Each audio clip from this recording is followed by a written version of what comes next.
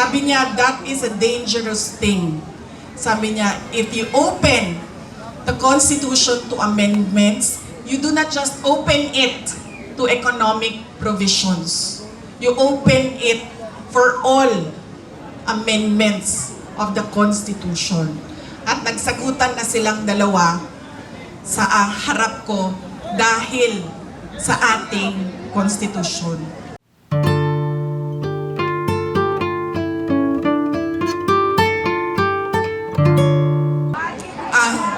Ito, hindi na ako nagpaalam kay Senator Amy kasi hindi ko naman alam na nandito siya. Noong October 2023, pumunta ako sa kanya. Sabi ko sa kanya, pwede mo ba akong tulungan? Kailangan ko kausapin ang Pangulo. Kasi nakikita ko sa mga plano nila at nabasa ko sa mga plano nila, meron silang ipa-file na impeachment na kaso. So sinamahan niya ako. Ito yung araw bago umalis si dating Pangulong, si Pangulong Bongbong Marcos.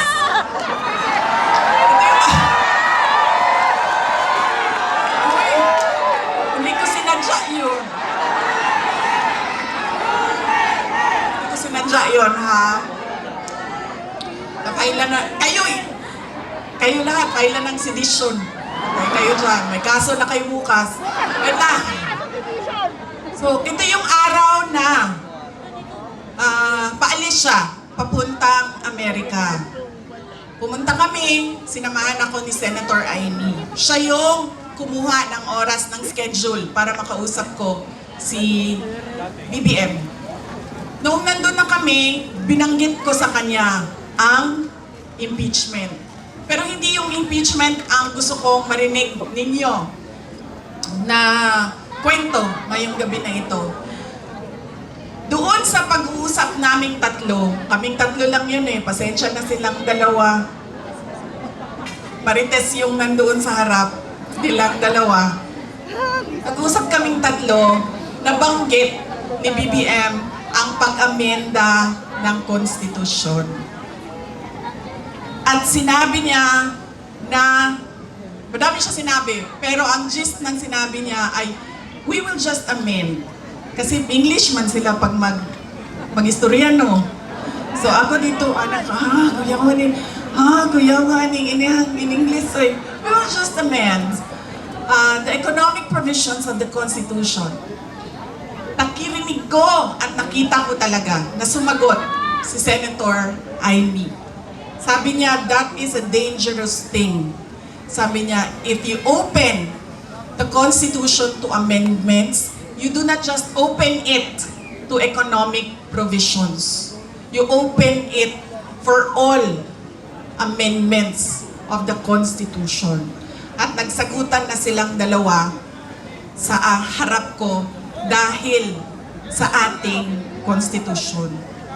Kaya yan ang pruweba ko at proof ko sa inyo na magkaiba na tao. Ibang tao si BBM, ibang tao si Amy Marcos. Okay na ma'am, pwede ka na umalis. Wait lang, sandali. Iboto niyo ba si Amy Marcos? Okay na ma'am, pwede ka na lumipat sa QC. Good na dito. Kalimutan ko na yung sasabihin ko. Tatlong paalala.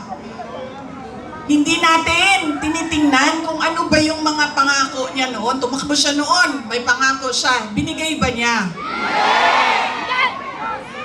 Diba? 20 pesos ang kilo ng bigas. Tapos ngayon, okay na daw. After 3 years, 3 taon ng campaign promise o pangako sa eleksyon, ibibigay ngayon. Pero, ibibigay lang sa Visayas.